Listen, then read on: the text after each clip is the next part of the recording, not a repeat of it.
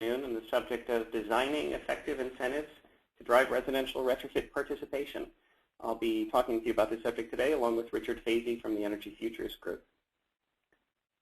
The agenda for the afternoon, for the hour, we'll first do a brief introduction and then we'll give an overview of the TAP program. We'll talk about retrofit program incentive concepts, really what are the decision points that you need to consider when you're designing your incentive program.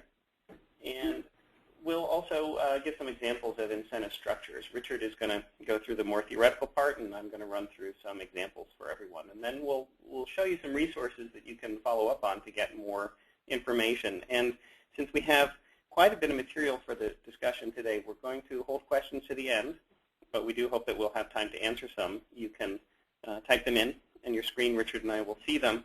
And if you have questions that we're not able to answer in the course of the webinar, we'll have contact information as well on the webinar. It will be posted. And you can follow up with either one of us. We'd be happy to try to help you out. So just a quick introduction. Richard, who's going to speak first, is a principal at the Energy Futures Group. Energy Futures Group is a new company, but the people who are principals who founded it have many, many years of experience in energy program design and implementation. Richard's been doing this work for over 2 decades. Most of that at the EIC, the Vermont Energy Investment Corporation, where he was the Energy Efficiency Division Manager within the consulting group.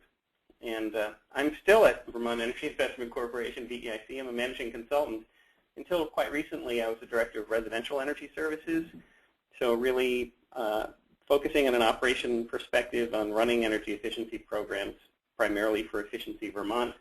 About a staff of 30 in this division, and we ran home performance with Energy Star.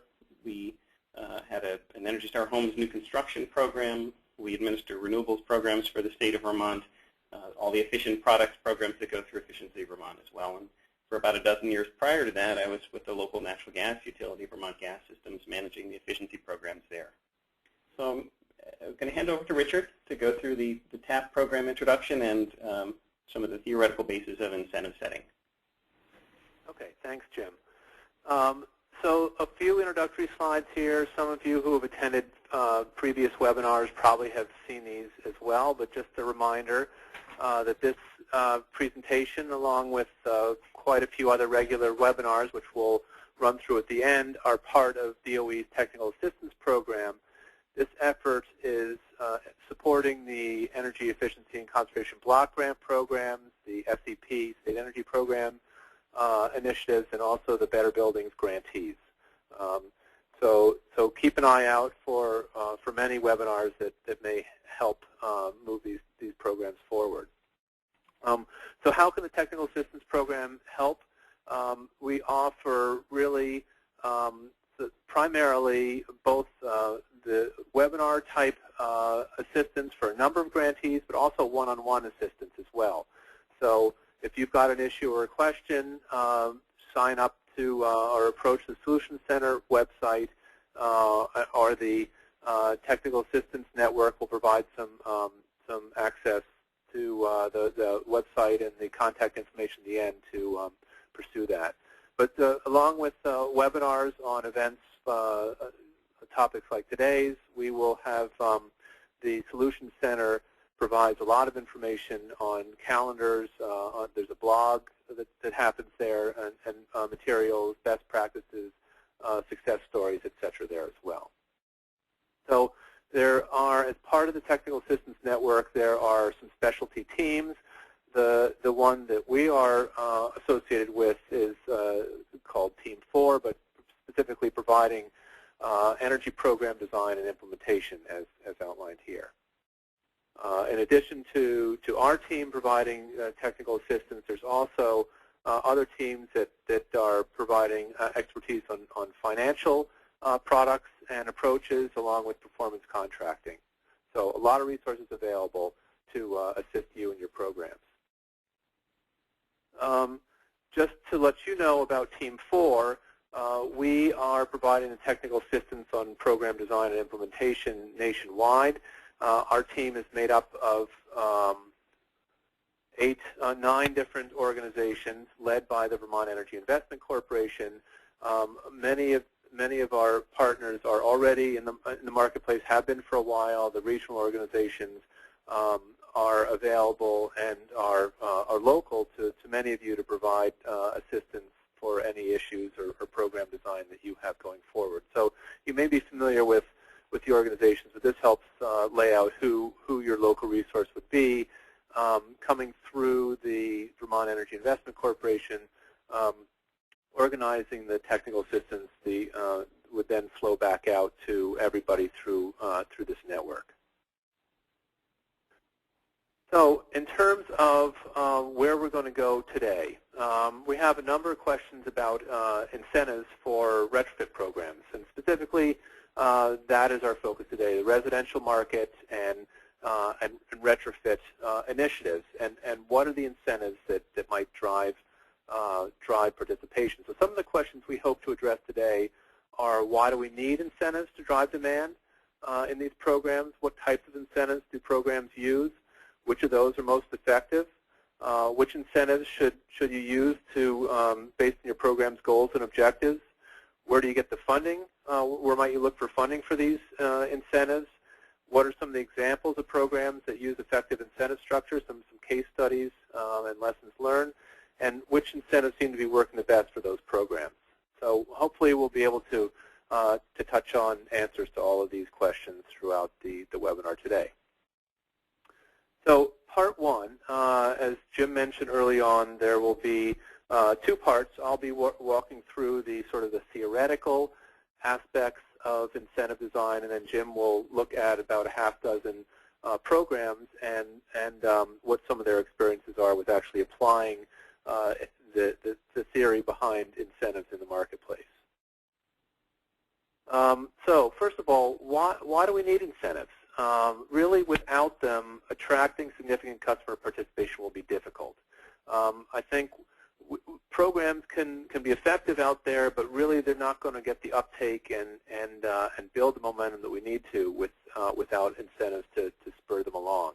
Markets really don't move quickly without some sort of financial incentives.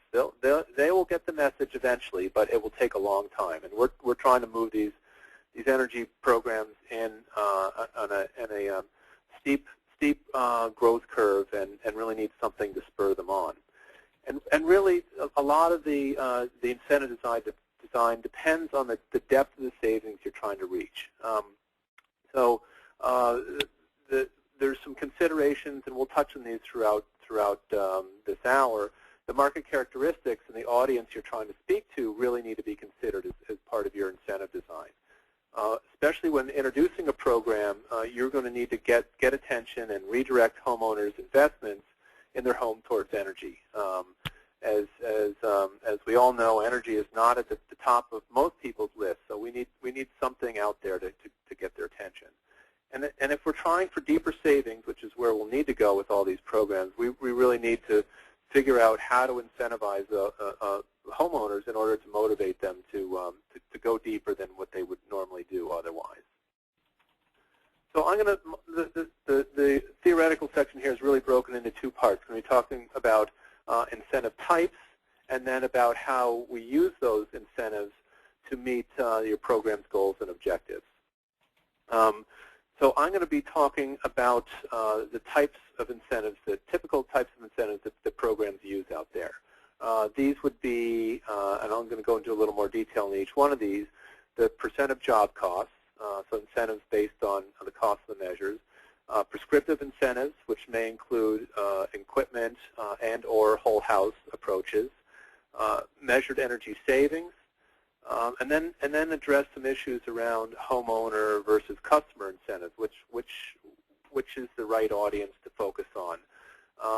Talk a little bit about cash incentives versus loan buy-down, which is a typical question that many programs have, and then about the bonus as well.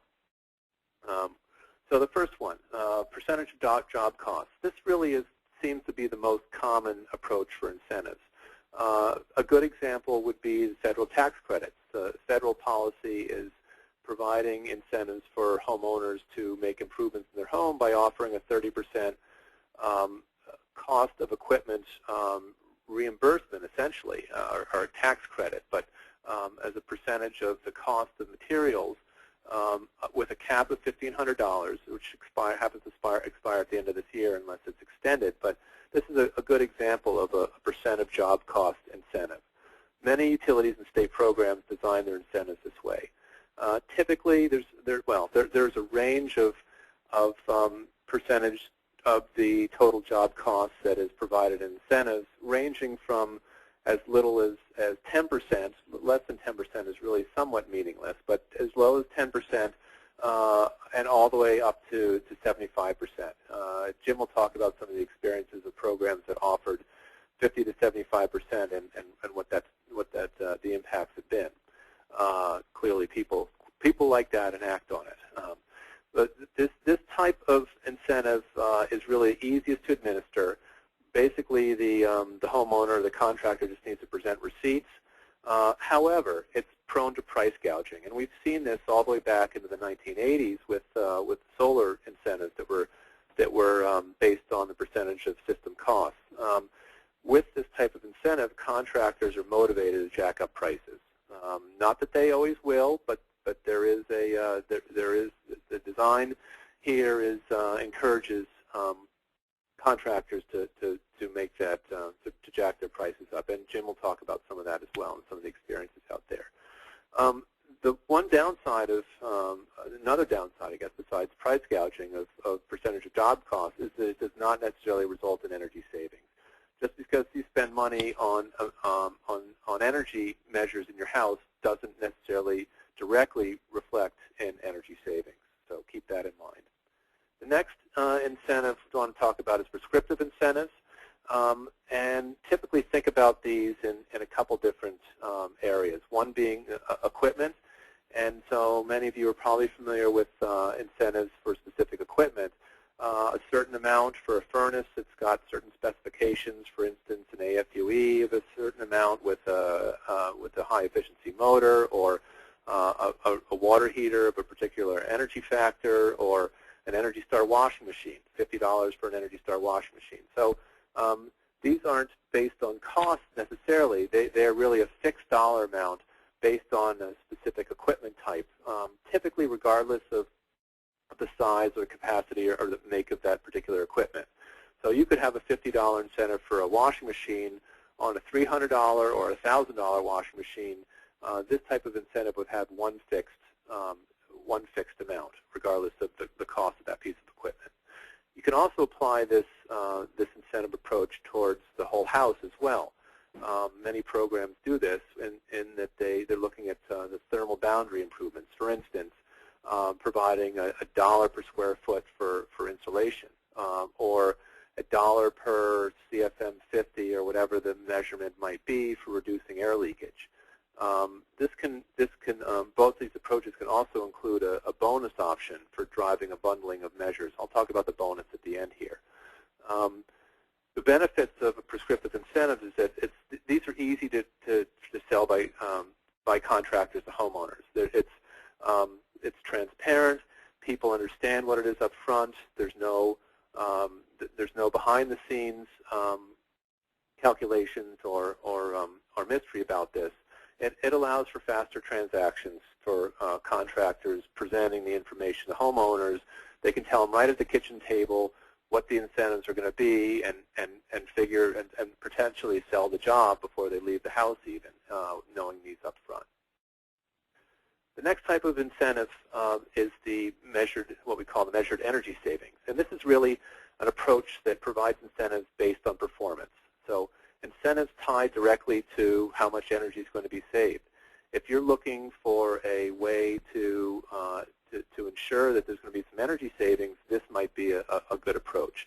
However, it's a little more complicated. It requires an approved audit tool, some way to calculate how you're going to project the savings for that particular property or home.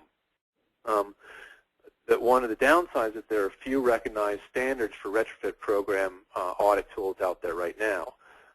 Some of them, however, do use a recognized home energy rating, or HERS, typically based on the ResNet, which is the Residential Energy Services Network, the national standard setter for home energy ratings. they have a list of approved HERS rating tools that are out there that could be referenced.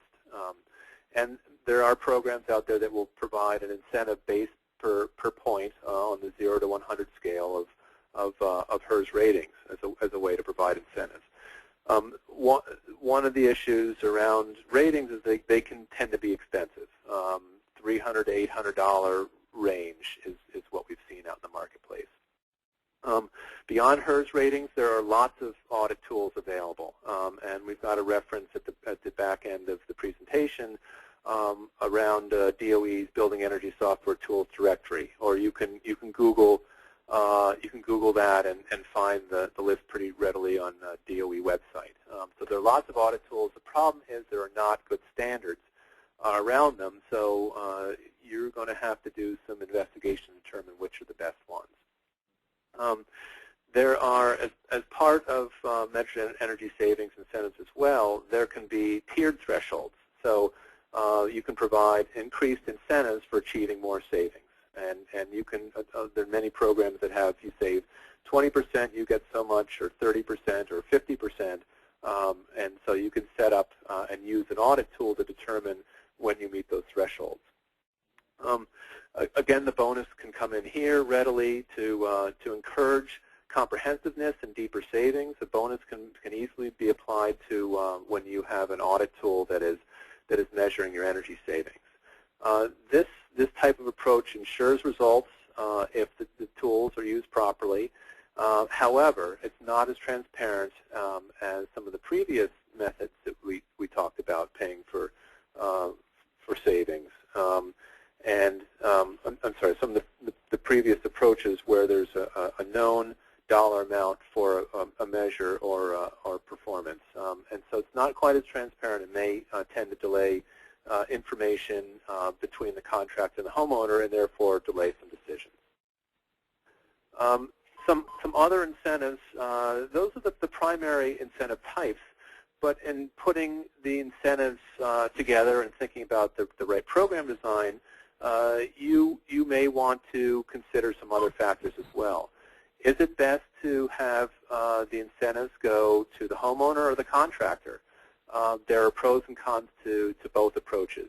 By incentivizing homeowners, you're really driving the market demand for contractors. You're showing contractors, home performance contractors, or others in the marketplace that homeowners are looking for their services, and can be a strong message to build up that supply of contractors for this type of retrofit work. It values the true cost of making the improvements in the marketplace. However, on the other hand, incentivizing contractors, you ensure that the contractors are paid for their services. There are some instances where contractors have concern that by the time the incentives get to the homeowner and then the contractor, it could be a couple months out. This incentivizing contractors as well holds them accountable to programs for program standards and quality assurance. So if they're directly beholden to the program has some leverage over them and can ensure that they meet whatever the program and standards and quality assurance are put in place. It also allows, this is an important one that's typically overlooked, but it also allows for better program data collection. So as we know, all of our programs are going to want to be collecting good information on what's going on out there in the field, what the energy savings we're seeing. If the relationship is directly with the program contractor, there's going to be a higher likelihood that you've got some leverage over them and are able to collect the information you need for your reporting purposes. The other issue to consider as well is cash incentives versus loan buydowns, and whether you offer the incentives in terms of a check in terms of cash or check, or buying down a loan to make it easier to finance the improvements. It's going to depend on the market demographics the program is trying to serve. We've seen typically that higher income homeowners prefer cash, but if you're trying to service lower income homeowners, they need loans to make this happen. They don't have that disposable income. Offering both provides, if your program is able to do so, provides some options to enable contractors to sell jobs. So I've mentioned the bonus a couple times previously. This is something that we feel is pretty important to have out there. It can typically be used as a move to action for somebody to get off their duff and actually hire a contractor and get some work done on the house. Set it up as an act now, limited time offer sort of thing, and get the bonus to move forward. Or it can also be set up as a way to achieve comprehensiveness of improvements, and that is to ensure that the contractor focuses on the whole house and the measures that get installed are comprehensive and really address all of the energy end uses in that house. So by offering a bonus incentive for comprehensiveness, we see this as critical for also driving to deeper savings. So not only are we wanting to look at all of the end uses in the house, but by offering a bonus, you can get motivation to action for actually taking steps to go implement measures that they may not have otherwise thought about. So whole house. So there can be one approach for the bonus can be something like a whole house prescriptive incentive, and Jim will mention this as well in some of the programs that we'll be featuring at the end. One example might be if you install insulation in areas equivalent to at least 75% of the home's finished floor area and air seal to a certain standard, you receive an additional bonus of $500. One of the programs we'll talk about has this as a way to motivate people to go deeper. Another example of applying this towards the measured energy savings incentives would be you can have steps or thresholds, a certain amount for 20% savings, for instance, a certain amount for 30% savings, and then 3 times the original amount for 40% savings. So if you tier it appropriately and drive people to take action towards going deeper than they would have otherwise by using the bonus. So with those incentives, the different incentives in mind, how are you going to take those and apply them to your program?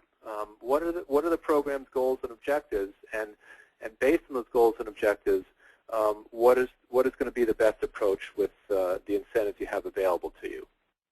So I'm going to be walking through here some of the different goals and objectives that your program might be trying to accomplish. It might include grabbing people's attention, encouraging comprehensiveness, going deeper, overcoming the cost barrier for low or moderate income homeowners, putting in place incentives for a period of time to create some buzz in the marketplace.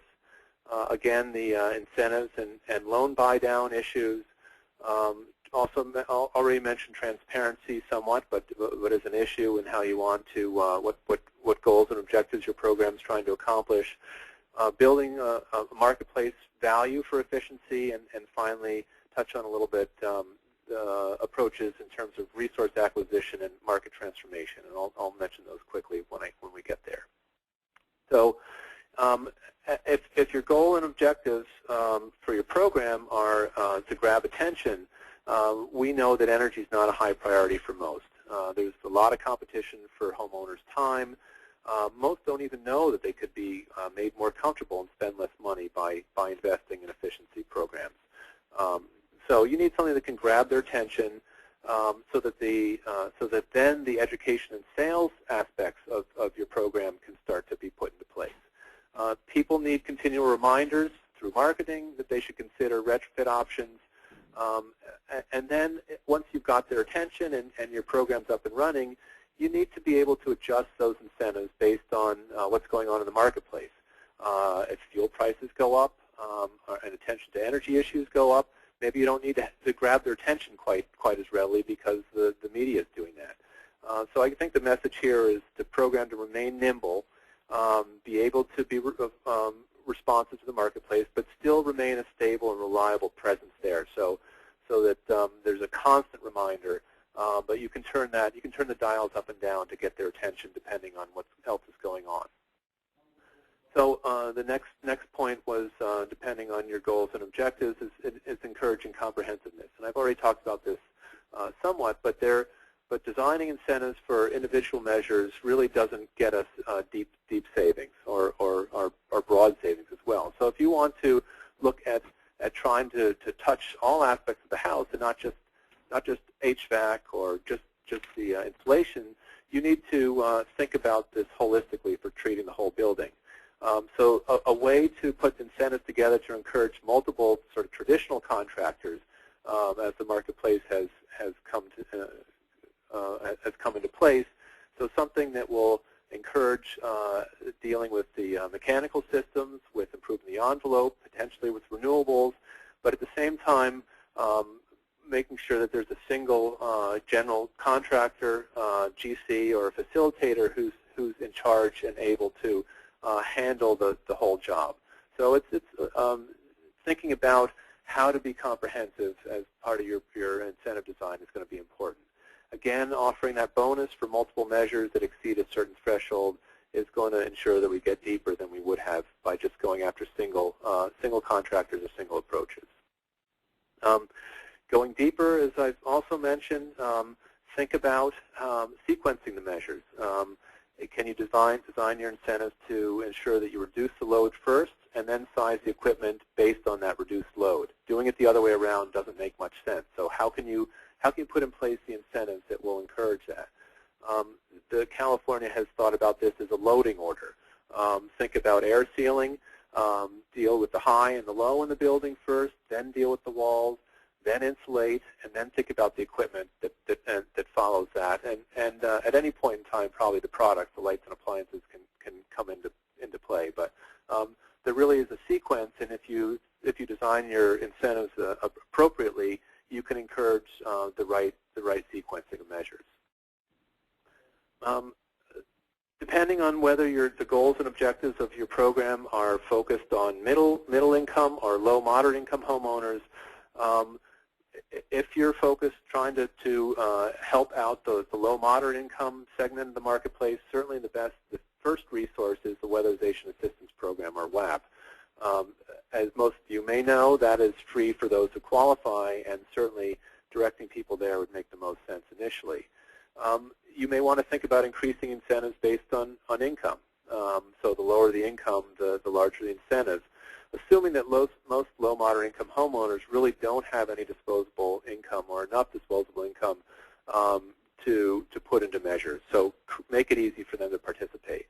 As well, if you're focusing on rental properties, which is a challenge, and there are not a lot of programs that are at this point in time, but it is a segment of the market that we're going to have to deal with. The landlords have no incentive to upgrade buildings if the tenants are paying the energy bills. So consider what motivates the landlords if rental buildings are a target, and focus overcoming those barriers. So another goal of your program may be to create a buzz in the marketplace. And so you want to think about how long your incentive should last in order to meet those needs to get your program up and rolling and get people excited about it. If you set a deadline, it creates some urgency. Limited time offer, act now, first come, first serve. The problem with creating a short sort of high profile and higher incentive for participation is that you don't want to create too much interest that might result in unfulfilled expectations through excessive demand with inadequate contractor supply. So you want to think about and plan for a short-lived but high-interest campaign. Strive for some consistent buzz to avoid waves of interest. You don't want to build up all this interest, create all this demand, and then realize you don't have enough contractors to fulfill the demand that you've created. So think and plan ahead to avoid the cliff effect when the buzz ends. Be sure, this is part of the planning process, be sure to line up the next incentive to follow the limited time offer initially. And potentially planning for a series of special offers to keep that buzz going. Different approaches, different markets, segments you may want to focus on, but it's going to cause a lot of problems if you have a large interest and buzz initially, and then don't have something to backstop and fill in afterwards. Incentives versus loan buy-downs. I've talked about this a little bit. Incentives are necessary to drive program demand. Marketing alone won't move markets. So it's a combination of incentives and markets. And we've seen in many programs where loans are optional, but they certainly are nice to have. For low, moderate income people, they are necessary. The best loan approaches would be those that are unsecured, so that you can have fast approval for homeowners. They won't, generally they're not going to get used if rates are set at market rate. They have to be something that is appealing and something that's better than what people could get otherwise from a home equity loan or home improvement loans or otherwise, something less than 10%. One way of staging this is to have finance terms that reflect the energy savings. So the lower the interest rate, you offer lower interest rates for more energy savings, a nice way to drive to that deeper level as well. In many programs, most homeowners go for the cash incentives, but contractors do like having the loans to offer. And as I mentioned before, as programs are focusing beyond those with disposable income, loans are necessary for those without the means. Transparency, I've mentioned this also. The process and the incentives need to be clear, open, upfront, and simple. This way, people are more willing to understand what's going on and can make decisions more easily. So if you publicize and put up on the website all the program details, including the incentives, and avoid the black box or back office incentive calculations, they just delay transactions and lower the sales opportunities for contractors. Building marketplace value for energy efficiency. This is not about offering free services. We've tried that, and we found that once things change, people don't value the energy efficiency services anymore. So have them pay for something. You want to ensure that when incentives go away or are reduced, consumers understand the value of efficiency and don't just think about needing it for free. One way to do this is to make audits low cost or partially subsidized but not free. Some are looking at $100 to $200 sort of target level and potentially refundable if the work is actually carried out. Again, consider low-income needs, and you may need to adjust the subsidies accordingly for lower-income people. So finally, resource acquisition versus market transformation. So it sounds like a lot of jargon, but the thinking here is that there really are sort of two approaches. And the message is that they don't have to be distinct and unique. They can work together. Resource acquisition, just to define some terms, is really looking at short-term energy savings. What can we get for energy savings immediately as part of our program versus market transformation, which is changing markets to support energy efficiency with a longer-term perspective. So how can we build a capacity and a contractor base, which would be more towards market transformation, while also ensuring that we get immediate short-term savings to show that our program is successful. You may want to think about bundling both approaches. Some achieving some savings with a first visit to the house while demonstrating the value of participating in the program can be an effective way to get a foot in the door, get some immediate savings, but then also work to build that marketplace for contractors. We're seeing this typically as something that utilities or program administrators have been promoting in the marketplace, putting CFLs, compact fluorescent lighting, in as a direct install as part of the audit process, monitoring the refrigerator and enrolling the homeowner in a refrigerator replacement program, replacing filters, shower head replacement. I'd caution that the shower head, we've seen some problems with breaking off the shower head neck, not necessarily the best approach, but some of these other ones are able to get some immediate savings up front as part of the program. So at the same time, you want to strive for market stability and predictability for your contractors, but thinking about this as balancing the free gifts with the longer-term goals of the free market. How can you balance both of those together? I'm gonna be wrapping up here with just a lot of these are pretty apparent, but just want to make sure that people are thinking about where these potential sources of incentives can come from. So first of all, you want to look for what's out there already and then build on those. The utilities. electric, gas, water utilities may already have incentives, or you may be able to leverage incentives dollars from them. Many states have system benefit charges, or you might be able to have some influence in putting those in place as a way to fund incentives. Clearly, everybody who's probably part of this webinar does have some DOE funding for EECBG, competitive block grants, SEP, better buildings, weatherization assistance program. All have some funding that may be put towards incentives as part of your allocation. There are some other state or federal grants that are out there, and we're seeing some states also looking into other fuel surcharges as well. This is a new area that many are interested in. There hasn't been a lot of track record, but thinking about how oil and propane customers can contribute towards programs and incentives. And then there's also the federal government tax credits that are available. So some final thoughts before I turn things over to Jim. Know your market. Understand how rich an incentive needs to be in order to motivate to action and overcome the inaction barriers. Don't make an incentive too much if you don't need too much, but you need to make it enough to motivate people. Be familiar with your demographics. Know who your target market is, and combine with the other offerings and programs and organizations that are out there to leverage others' resources as well. And finally, be responsive.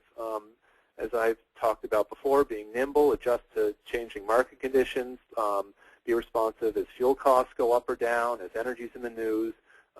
You need to be responsive to your income levels of your customers, and also the availability of your accredited contractors. This is a balancing act to make sure there's enough supply of contractors in the marketplace and demand for their services. So think about lowering incentives or ramping up standards over time and striving for an optimal mix of incentives and marketing to drive demand. So with that, I'm going to turn things over to Jim and let him take over from here to talk about some examples of incentives in the marketplace.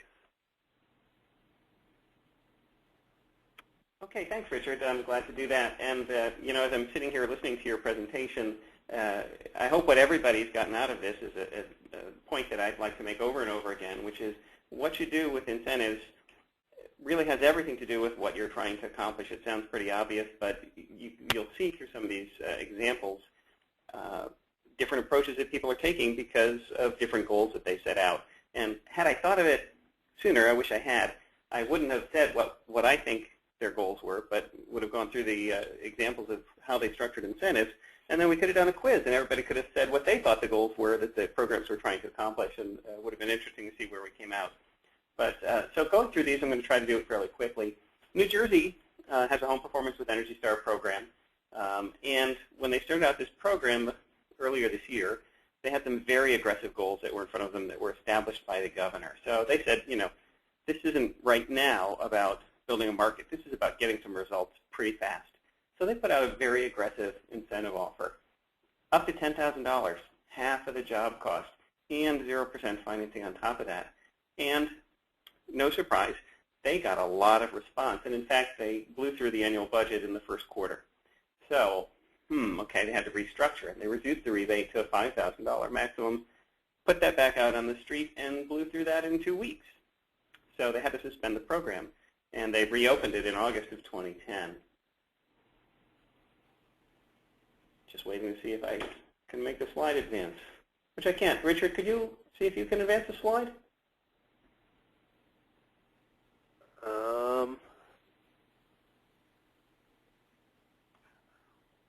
Technical problems, folks. Sorry about that. There we go. I can. Okay. So, late summer, they rolled out tiered incentives, and if you complete a job that gets between 5 and 25% savings, you can get a rebate of 10% of the job cost, up to $1,300, or a loan, reduced interest. If you get greater than 25%, it's still 50% of the job cost, but the maximum is $3,000, and you still get the 0% loan up to $10,000. So it's still a very aggressive incentive. And in New Jersey, they're considering for 2011 decoupling the incentive from the job cost. As we talked about, that can drive up costs. There's at least some thinking that it does.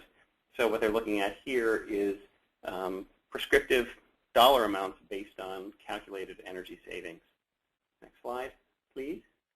So what we think they've learned in New Jersey from talking to some of the program managers down there, well, clearly, if you've got high incentives out in the street, you're going to get participants. But there is that concern that high demand with high incentives will drive up job costs. It's anecdotal. There's some observations people have made. Nobody that we know has done a study on this, but it kind of makes sense. They also experienced this early budget depletion, and that caused some disruption. And in having to change incentives 3 times in 1 year, gets some market confusion. It's hard to keep the contractors on top of what the current incentive structure is. It's pretty clear that participation is decreasing somewhat. The incentives are not as attractive as they were. And there's also some concern in New Jersey that customers might wait until they get better again. But whether there's the funding for them to get better again is a big question. Slide. Also looking at Vermont, which is also a Home Performance's Energy Star program, which had goals both for short-term savings, but also really some long-term infrastructure building. It wasn't about go out and get as many jobs as you can, as fast as you can. It was looking at state energy goals of retrofitting 80,000 houses by 2020 with an average of 25% savings. What do you need to do to put the infrastructure in place so that that possibly could happen? So with limited incentives in 2005, there was just an interest rate buy-down.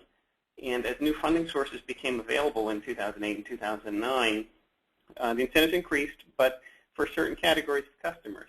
If you were moderate income, below 120% of median, you could get up to $2,500, a third of the job cost. If you were a Green Mountain Power customer or a Vermont Gas Systems customer, and they only cover parts of the state, you could get a third of the job cost up to $2,500. And the experience of implementing this program with the multiple funders was, it was really complex. And basically, it led to a black box where customers and contractors had to submit their job information, wait for program staff to sort through it and figure out which incentives they were eligible for, and then get back to them. And based on that experience, incentives were redesigned. In January 2010, Efficiency Vermont rolled out a consistent statewide incentive, the same no matter what your income is, no matter who your electric or gas provider is, no matter where in the state you live, same incentives statewide. They're prescriptive based on installed measures, not job costs. And there's a bonus. The more comprehensive the job is, there are extra dollars that are available to you. And in Vermont also found that nobody was taking Efficiency Vermont up on the loan option, nobody to speak of, so they just dropped it. Next slide. So this is just a quick shot of the incentive brochure, which a contractor can take with the customer and put it on the table and show them what's available. And the next slide.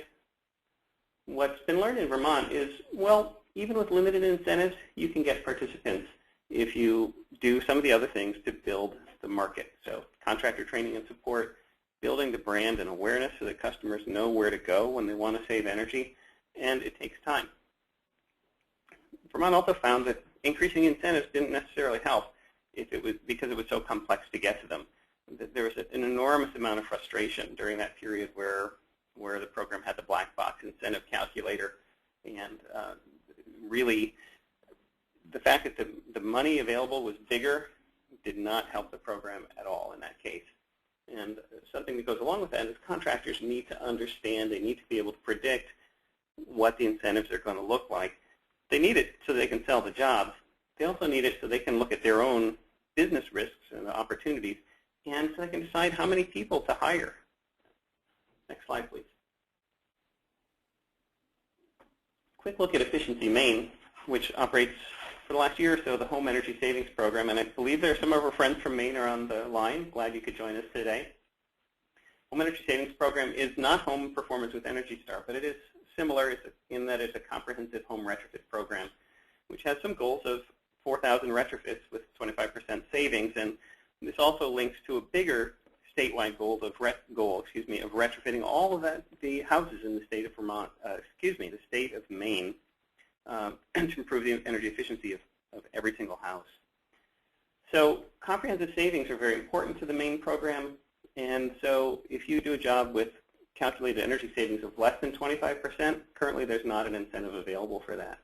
But if you get between 25 and 49%, you can get an incentive for 30% of the job cost up to $1,500. And if you go over 50%, it's 50% of the job cost up to $3,000.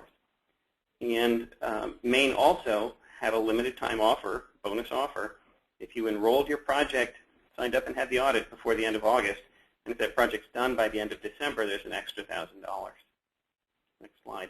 So what we've learned from the folks in Maine is that, boy, put that time-limited bonus out on the street and you get some uptake. That really increased short-term enrollment in the program. And they're anticipating that there's going to be some drop-off in inquiries with the end of that bonus and working to develop a strategy to keep the customers coming in. They found that this incentives, as they've put them out on the street, tied to percent of energy savings, flat dollar amount, or job cost tied to energy savings, rather, has been pretty easy for people to understand. There's been no barrier from complexity there. And they're also finding that they're getting really good energy savings with that incentive linked to the deeper percentage of usage savings. NYSERDA, again, a Home Performance with Energy Star program, really the first in the country and continues to be a model for almost anyone who's trying to put together a Home Performance with Energy Star program or a comprehensive retrofit program for residences. NYSERDA's focus has been primarily on building the market, long-term infrastructure building and market growth. It's not been about going out and getting a bunch of jobs real fast. So rather than cash incentives, they focused on reduced rate financing, but to a fairly significant dollar amount, up to $20,000 in a 10-year term, which is a pretty attractive term compared to many other loans you can get for energy efficiency projects. And alternatively, customers could get a 10% rebate up to $3,000, but that's 10% of a $30,000 job to get the $3,000. So it's a modest focus on cash rebate. New York has also had a program for quite a few years that provides additional rebates for income eligible. So below 80% of median income, you can get up to half of the job cost, or rather, you can get half of the job cost up to $5,000. And interestingly, I was on a panel a few weeks ago with Karen Villeneuve from NYSERDA, who said that in the past year or so, they've seen participation in that program drop by about a third compared to what it had been. And the assumption is it's because the effects of the economy, when you're dealing with a moderate to low income population, even with those attractive incentives, even with financing available for the balance of the job cost, it's not enough to get people over the line to be able to do it. But certainly New York has shown that with aggressive marketing and awareness, you can build a program and you can get participation without putting the substantial incentives on the street. Next slide, please. Thank you. And a quick look at Austin Energy, which is a municipal electric company in Austin, Texas. It's been doing energy efficiency for quite a long time. They have the Power Saver program down there, and they have both some prescriptive incentives for individual measures, and they also have Home Performance with Energy Star. And their program goal has been a little different than some of the other programs that are about getting some percentage of energy savings and some percent of the housing stock. They've really focused on bringing the older buildings up to the current energy codes. So they offer prescriptive incentives, 20% of the measured cost, and there's a cap of $1,575. And there's a bonus for if you put in an air conditioner or heat pump that's installed at the same time as part of a weatherization project. And their experience has been generally that these prescriptive incentives have been pretty effective in bringing the older houses up to code. We'll just take a quick look at the next slide. This is their incentive structure, which I'm not going to go through, but you can obviously reference back to the presentation when it's posted. Sort of a calculator for incentives. And then this bonus structure, if you put in a new central air conditioning or heat pump or a packaged air conditioner unit heat pump in the two lower tables, and you do a weatherization job, with the rebate totals in the little chart in the middle of the slide, there's a bonus money of $250 to $500. So we've seen this, as Richard mentioned, use the bonus to get people to go deeper or get a more comprehensive project. That's kind of a common approach. And just the last example I want to show is TVA that has the in-home energy evaluation program, where it's still tied to measure cost, and they'll reimburse up to 50%, but the total project is capped at a $500 incentive. So it's a fairly low dollar value compared to some of these others that we've looked at. Has to be installed by somebody in the quality contractor network. They do have some do-it-yourself measures that you can get incentives for. And if you get an audit through one of the participating utilities and you pay a fee for it, if you do the measure installation within 90 days, you can get that fee, typically $150 rebated. And certainly the experience I mean, it's obvious we didn't do any kind of deep exploration of this, but if there's a $500 cap on the incentive, that is going to have a pretty significant impact on limiting the comprehensiveness that you'll see. And the next slide is just the chart that's right off of their website on the incentives that they give for different measures. So that's a quick wrap on a few examples. There are a number of slides here with related resources from LBNL and the Tax Incentive Assistance Project, DOE, Home Performance Resource Center. There are a couple of slides here with resources that you can go to on the web to get more information about incentive structures. And then there are also references to the programs that I mentioned. There are links to the websites where you can get information there. So there are a couple more slides we can jump through. We certainly invite you to explore the Solution Center and submit requests to the Technical Assistance Center. If folks dropped email requests to Richard or myself, it's very likely that we would do our best to give you an answer and then suggest that you apply for more one-on-one technical assistance through this project. And also want to point out to you these upcoming webinars. And then see, we have about 10 minutes for a few questions. So I'll leave this up here. There are, or I'll move through in a couple minutes, so you can just take a look at some of the upcoming webinars we have, and then our contact information is at the end here. These are actually all posted on the Solution Center website, which you can see at the bottom of the screen. So I think that what we want to ask people to do is, if you have questions, to post those on your GoToMeeting question area, and Jim and I will do our best to take a look at those and see if we can answer them. So if anybody has... It seems like there are a number up there, Richard, now already. So okay. Why don't I start and see where we can get to, how far we can get. So the first question I'm seeing here is, in New York State, many middle-class homeowners don't qualify for the Assisted Home Performance Program, which is the 50% incentive that I talked about, because when you're below 80% of median, that doesn't give you a whole lot of money. So the standard 10% incentive isn't enough. They don't qualify. I'm sorry, I said that wrong because I'm trying to go fast. Sorry, folks.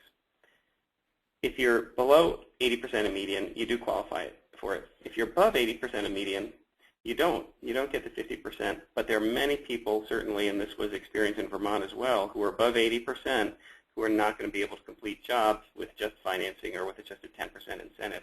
So the question is there any good empirical research on what level of incentive would trigger action by such homeowners? Is it 20%, 30%, or what? And I think the answer is I don't know. I haven't seen any. The call I was on a few weeks ago with Dan York from ACEEE got a similar question, and Dan also was not aware of any research. And I think the other thing that's very challenging about trying to figure that out is, as conditions change in the economy and as energy prices change, you know, the answer is going to be different. We did have one caller when I was on that panel a few weeks ago who said he felt that 40% was the right amount. I don't know if that's based on empirical research, but I acknowledge that it's an enormous problem when we're talking about getting large numbers of retrofits in the country. There are a lot of people who are not going to qualify for the additional assistance that either weatherization or some enhanced incentive programs will provide. They're not going to qualify for those, and they don't have the available capital to do the job with the incentives that are available. So the next question I see is, do you have an idea if the tax credit will be extended in 2011? I guess my question back is, do you know who's going to which party is going to lead the House after next Tuesday? I think that I've heard, I'm on the ResNet Board of Directors. We just had a board meeting earlier this week, and the political liaison to ResNet came and gave a presentation about the chances of energy legislation moving forward. And what I heard coming out of that is that the energy issue is one that potentially could have some play with either party in power. nobody's making any promises, but there is some legislation that is co-sponsored by Republican Olympia Snowe from Maine and others that actually has some approaches to some tax credit approaches to focusing on energy efficiency. So there's some feeling there's a chance that this may go forward. I wouldn't necessarily bet on it, but there is. They did indicate that there is a likelihood that this could be one of those issues that gets picked up regardless of which party is in power moving forward. Okay, next question I see is, do we have any suggestions for income verification when you're using incentives that are based on income but somebody's not weatherization eligible? And I think the question is, do we have any suggestions for how to do that verification? And there are a couple of different ways you can do it. I think one of the questions to ask yourself is, how rigorous do you need to be? Weatherization program with the federal dollars, the restrictions are pretty clear, and typically, in my experience, the approaches, they need to be pretty rigorous. So customers have to sign a release allowing the program to contact their employers and verify income. But does a different type of program need to be so rigorous? And I can tell you that the experience in Vermont was when there was this, for about a year, a moderate income incentive for folks below 120% of median. The decision was it doesn't need to be that rigorous. So basically, the program sent those customers who said they were eligible, sent them a form where they said, this is my income, and I verified that this is correct, and I don't have any other income. And the decision was, if somebody wants to stretch that, probably 98% of the time, they're close enough that they need the enhanced incentive anyway, and it wasn't really going to be a detriment to the program to do that. So we felt that that was sufficient. So there's a question about whether this, how to get copies of these slides. This presentation will be posted on the Solution Center website, DOE Solution Center website, within a week or so.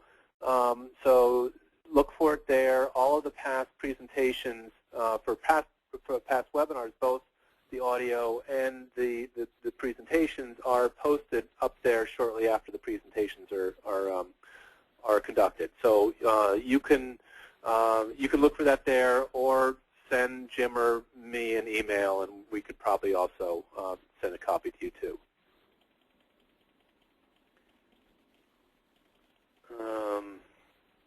Here's a question about, do you foresee much opportunity for the local retrofit programs to use the DOE's National Residential Retrofit Guidelines that are currently being created for WAP?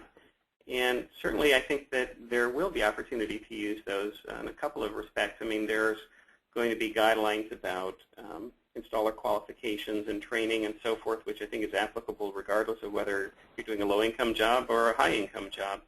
And we're also going to be very interested to see, and I think they will be out for public comment around mid-November, the standard work specifications.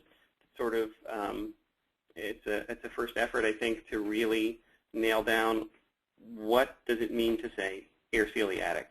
How do you know you've done it right? What is expected to be included in that project, for example, and other measures as well.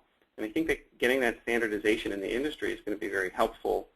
I mean, it gives contractors sort of uniform language and a place to aim their staff development to, and give them uniform spec to do the work to. And in areas, and that will be helpful in areas where I think there are existing programs, but especially in areas where there are no existing programs and there's not an infrastructure, yet people are trying to develop something. To have those resources, I think, will be very helpful. So it looks like we might have time for one last question, and one question here is, what is the updated news on Homestar? So for those of you who have been following the Homestar legislation, which has been promoted over the past year or so, I think all indications are that it is probably dead, and probably going to be replaced by, I mentioned before, Senator Snow's legislation, which she's co-sponsoring with Senate Energy and Natural Resources Chair Jeff Bingaman from New Mexico, It's S3935, Advanced Energy Tax Incentives Act of 2010. So what they have done is really stripped out many of the provisions of Homestar and turned them into tax credits. And so that the way that the Congress scores legislation, they don't have to count tax credits towards deficits. I'm not quite sure how they do their math there, but so it would make it much more palatable for those who are opposed to increasing the deficit any further to vote for a tax credit bill which would not impact the deficit but may provide some incentives for doing retrofit work. So look for S3935, the Advanced Energy Tax Incentives Act, as a vehicle that may take some of the better provisions of Homestar and move them forward. So with that, I see that it's after 3 o'clock, and on behalf of the DOE's Technical Assistance Network, I want to just thank everybody for participating today. Look for follow-up information on the Solutions Center website, and best of luck.